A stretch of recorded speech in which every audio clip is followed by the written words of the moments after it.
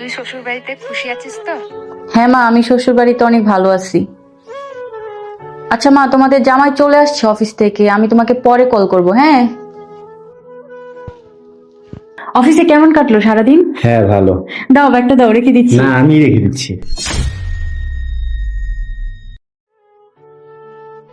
আমাকে দাও, আমি রেখে দিচ্ছি।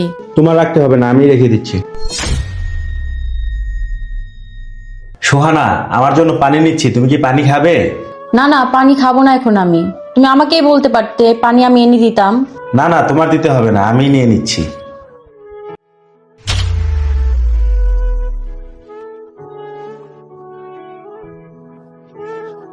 আচ্ছা, আমার কি কোনো ভুল হয়েছে? না, তোমার তো কোনো ভুল হয়নি।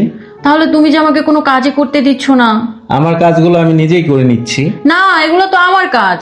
কে বলছে এগুলো তোমার কাজ? আমি ছোট থেকেই দেখে আসছি, স্বামীর যত্ন করা, স্বামীর জিনিসপত্র এগিয়ে দেওয়া, এগুলো মেয়েদের কাজ। কে বলেছে তোমাকে এই কাজগুলো শুধু মেয়েদেরই করতে হবে? আমি মনে করি ছেলেদের কাজ ছেলেদেরই করা উচিত। আর আমি তোমাকে কাজের জন্য এই বাসায় নিয়ে আসিনি। কাজ করানোর জন্য আনতে হলে আমি তো কাজের মেয়ে আনতে পারতাম। তুমি আমার বাড়িতে কাজ করতে আসোনি, তুমি আমার বাড়িতে রাজ করতে এসেছো।